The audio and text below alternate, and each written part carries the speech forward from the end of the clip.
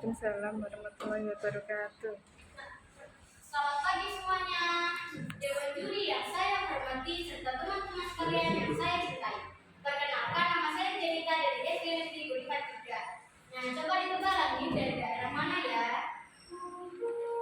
Bulan sandang bintang panon kue bisa sate. Ayo ditebak lagi dari daerah mana? Bandung. Ya, betul sekali, yang negeri dari daerah Jawa Barat. Nah, pada kesempatan kali ini saya akan membawakan sebuah cerita dari daerah Jawa Barat yang berjudul Sang Kuria dan Dayang Sumbi. Nah, berikut ceritanya. Pada zaman dahulu kala, di sebuah kerajaan Jawa Barat, hiduplah seorang putri yang sangat cantik bernama Dayang Sumbi. Dayang Sumbi mempunyai kekembaran yaitu menenun. Suatu hari ketika dia sedang menenun, pintalan benang yang dia letakkan di pinggir jendela terjatuh dan keluar dengan misal gadis itu berucap, "Aduh, bagaimana ini benangku terjatuh? Siapapun yang mengambil benang untukku, jika ia perempuan akan dijadikan sebagai saudaraku, jika laki-laki ia akan menjadi suamiku," kata Dayang Sumbi. Tak lama kemudian, datanglah seekor anjing bernama Tumang mengambilkan benang dan mengantarkannya kepada Dayang Sumbi. Dayang Sumbi pun terima akan ucapannya. Akhirnya, Dayang Sumbi pun menikahi si Tumang yang ternyata adalah titisan dewa. Hari-hari telah berlalu, Dayang Sumbi mengandung anak dari Tumang. Setelah beberapa bulan, Dayang Sumbi pun melahirkan seorang anak laki-laki yang diberi nama Sang Kuria. Sang Kuria kecil memiliki kegemaran yaitu berburu. Dia biasanya berburu ditemani si Tumang. Meskipun demikian, dia tidak mengetahui siapa itu Tumang.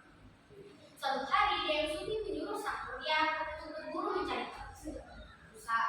Sang Kuria pun berangkat bersama si Tumang. Tiba-tiba, Sang Kuria melihat ada seekor rusa yang sedang mencari makan.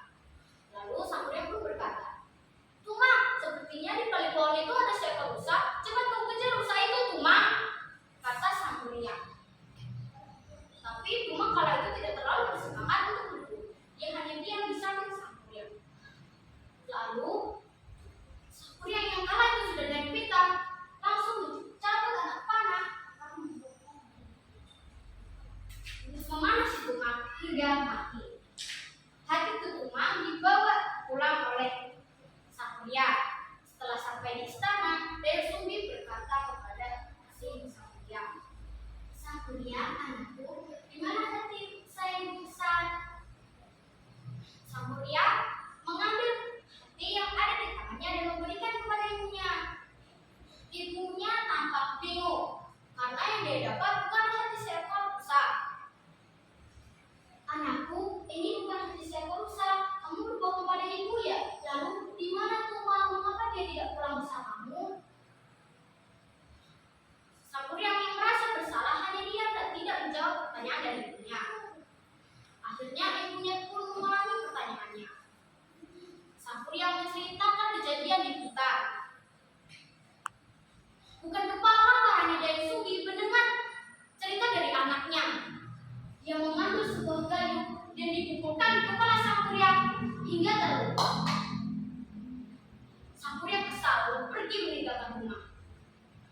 Tahun telah berganti, Sang Kuria tumbuh menjadi pemuda yang gagah, tampan, dan sakti. Kepergiannya mengembara rindu akan kampung halaman. Ketika tiba di kampung halaman, dia bertemu seorang gadis sangat cantik. Dia pun saling berkenalan dan jatuh cinta. Sang Kuria hendak meminangnya. Sebelum pesta pertunangan hendak digelar, Sang Kuria bermaksud pergi berburu.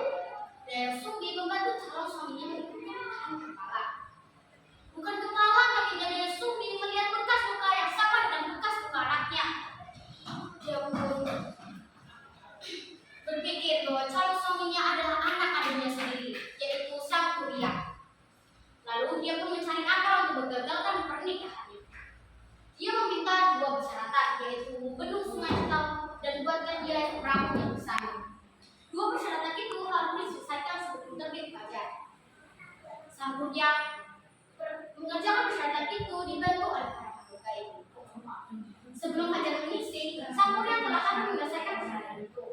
Dan Sumi panik. Dia pun berkata, aduh, bagaimana ini persyaratan? Dia saja persyaratan bintang akan mencari akal untuk menggagalkannya.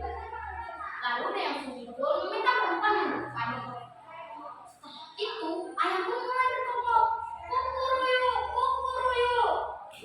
Para jin yang mendengar suara ayah berkokok ketakutan. Para jin pun pergi meninggalkan pekerjaannya yang belum selesai. Sang kuda besar lalu menendang sampan yang telah jadi dan terlempar jauh dan terbalik. Sampan itu lama-kelamaan berubah menjadi sebuah bukit yang dijuluki Gunung Tangkuban Perahu, yang artinya perahu terbalik. Pesan moral yang kita dapat diambil adalah janganlah berbohong dan menipu untuk dirimu sendiri, serta jangan memaksa kehendak kita kepada orang lain. Wassalamualaikum warahmatullahi wabarakatuh. Waalaikumsalam warahmatullahi wabarakatuh.